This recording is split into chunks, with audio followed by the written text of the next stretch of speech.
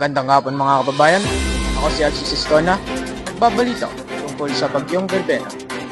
At 3 p.m. today, the center has maximum sustained winds of 45 km per hour with gusts reaching up to 75 km per hour. Verbena is moving west-northwestward at 30 km per hour.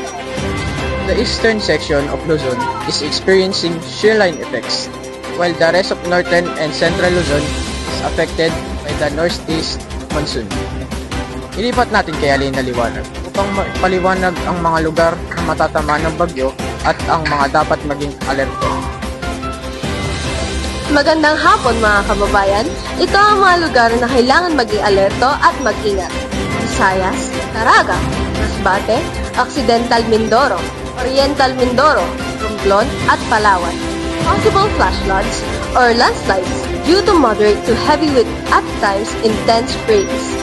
Minimal to minor threat to life and property due to strong winds. The rest of Bicol region and the rest of Mindanao.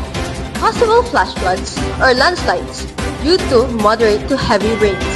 Sa lugar ng Metro Manila, Cordillera Administrative Region, Calabarzon, Cagayan, Isabela, Quirino, Nueva Ecija, Nueva Vizcaya, Aurora, and Bulacan. Possible flash floods or landslides due to moderate to heavy rains. From Ilocos Norte and Pangasinan, possible flash floods or landslides due to moderate at times heavy rains. The rest of Luzon, no significant changes. Balik sa'yo, Alcis Estona. Salamat Miss Alina. At tutungo tayo sa extreme temperature and relative humidity for the 24 hours period ending at 4 p.m. today. Maging maingat tayo mga kababayan. Ulitin ko, magandang hapon.